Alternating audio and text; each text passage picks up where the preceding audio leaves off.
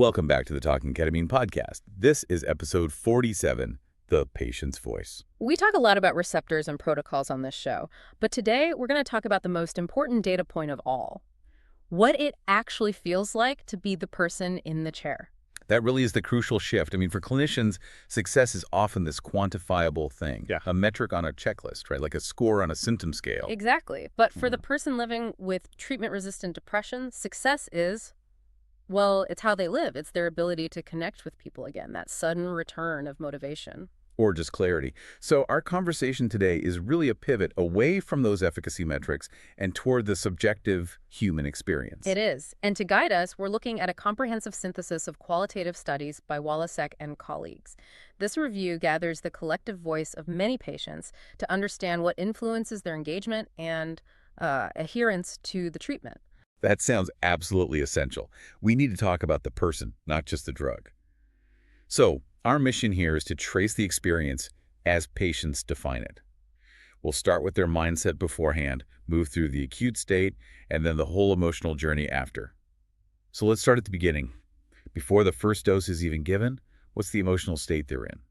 We know ketamine is rarely a first-line therapy. You have to understand the context here is repeated failure.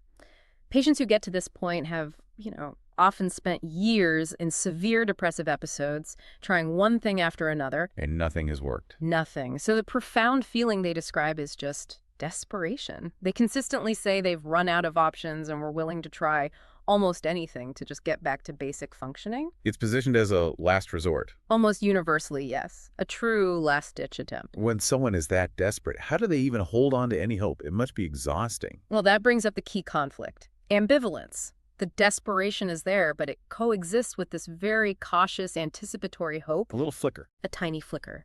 But because they've been disappointed so many times before, that memory generates this persistent hopelessness. They're hoping it works, but deep down they're terrified it's just another failure. So now we move into the actual session. The dose is administered. What does it actually feel like for them? The main thing is a really rapid, intense departure from ordinary consciousness. Patients talk about complex perceptual distortions.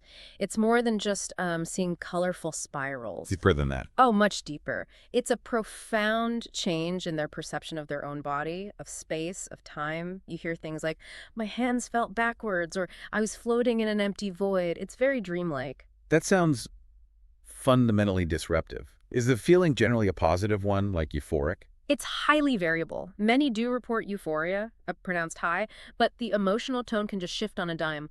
One moment it's calm and light, the next it can be intense anxiety or panic. A roller coaster they talk about. That's the word they use, yes. Yeah. A rapid roller coaster. So if it can be that frightening, how do you make sure the session is therapeutic and not just traumatic? But that is where context becomes everything.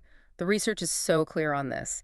Whether the effects are distressing or beneficial depends heavily on the set and setting. Their mindset and the physical environment? Exactly. A quiet, professional, supportive environment modulates the whole experience. The staff support is what can turn a potential panic spiral into a manageable breakthrough. Okay, so once the acute effects wear off, there's this window, right?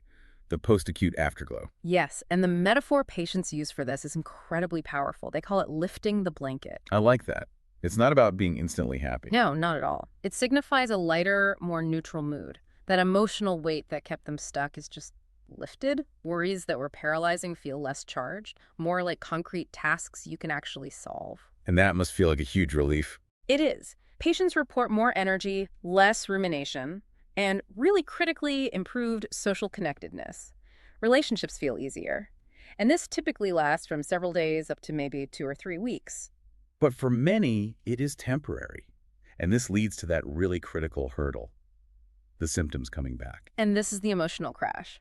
It's often accompanied by a real sense of grief. When the mood and suicidality creep back, it can provoke intense frustration and renewed hopelessness. It can feel like a deep betrayal. Worse than before, even. For some, yes. They describe feeling more hopeless than before they started because now another therapy seems to have failed them. It's a vital risk point that needs robust follow-up. That leads directly into this measurement mismatch you mentioned. If the patient is feeling that grief, but the doctors are focused elsewhere, how do you bridge that gap? Well, traditionally, clinicians use something like the clinician-administered dissociative state scale, the K does. They're treating dissociation as this measurable, mechanistic thing, The active ingredient, so to speak. the supposed active ingredient. But the problem is, post hoc analyses consistently show no robust association between high CAD scores, so the intensity of dissociation, and the actual antidepressant effects. So someone could have a very mild experience and still get a huge benefit. A huge lasting benefit, Yeah. yes. They're missing the full picture because patients define the benefit in these relational experiential terms that fall outside that narrow definition. They talk about shifts in perspective, emotional release, moments of insight. So it's not the dissociation itself, but what the patient does with the mental space it creates. That's a great way to put it. So we have to move beyond just measuring dissociation as a side effect.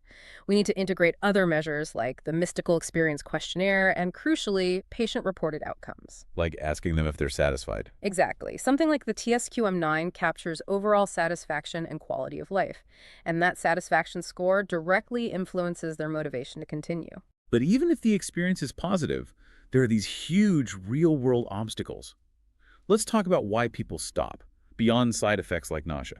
The first and biggest is cost. Most clinics are fee-for-service, with very little insurance reimbursement. The out-of-pocket fees are prohibitive for many. That's a terrible feedback loop. You find something that works, but you can't afford to keep doing it. It immediately feeds back into that hopelessness, and the logistical burden just compounds it. People travel hundreds of miles, they need to take time off work, find someone to drive them. The whole process is expensive and draining. And then on top of all that, you have the cultural stigma. Right. Patients are so aware of the horse tranquilizer or pretty drug labels, it creates this fear of judgment from family, from employers, so they keep it a secret. Which undermines the support they need. Completely. And what they're asking for is clear, accessible education that differentiates medical treatment from illicit use.